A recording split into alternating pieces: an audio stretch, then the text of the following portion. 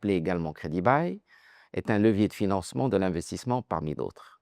De façon classique, le crédit moyen terme est l'instrument le plus emprunté par les opérateurs économiques, mais d'autres solutions complémentaires comme le leasing sont là pour répondre de façon plus appropriée aux besoins spécifiques de chaque investissement.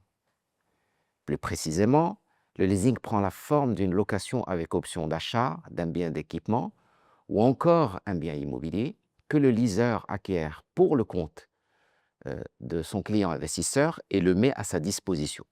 Cela concerne en général du matériel roulant, des engins de travaux publics ou encore des équipements industriels ou médicaux.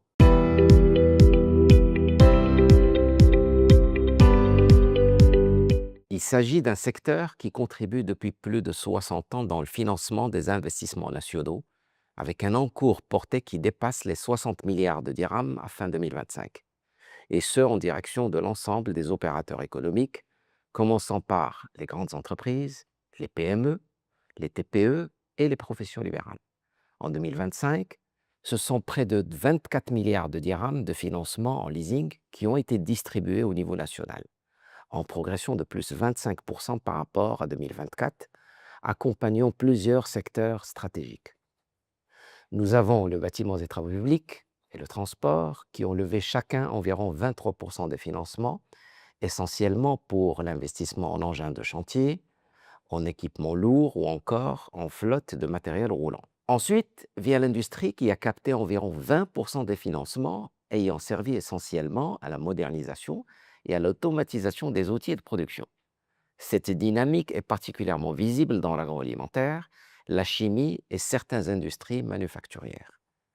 Le commerce qui a représenté 13% des financements en lien avec le développement de la distribution et de la logistique.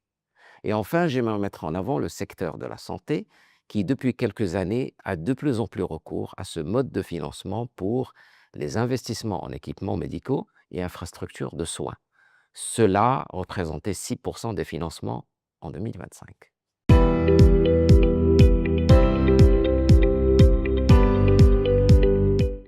Historiquement, le leasing était un instrument dédié aux grandes et moyennes entreprises, opérant essentiellement dans le BTP, le transport ou encore l'industrie. Aujourd'hui, ce mode de financement s'est largement vulgarisé aussi auprès des TPE, des professions libérales.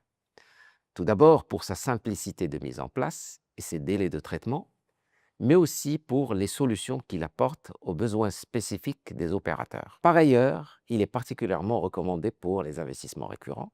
Cela concerne le renouvellement des flottes de camions ou de véhicules utilitaires par exemple, ou encore des équipements industriels ou médicaux et bien d'autres.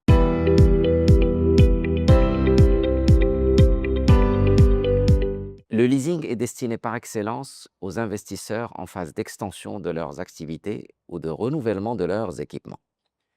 C'est une solution qui d'abord a le mérite de ne pas altérer la capacité d'endettement de l'entreprise, puisque c'est un engagement hors bilan, et qui peut financer jusqu'à 100% de l'investissement. Cela permet à l'investisseur de préserver sa trésorerie face aux besoins du cycle d'exploitation, tout en optimisant le mode d'amortissement afin de rester compétitif dans son marché.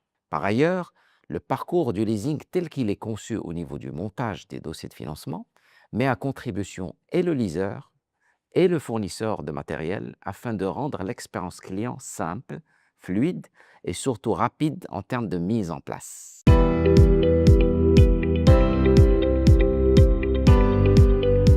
Le leasing se veut aujourd'hui un instrument de financement simple et rapide en termes de mise en place, agile en termes de modalités de remboursement et apportant aussi des solutions adaptées aux spécificités de nos opérateurs économiques.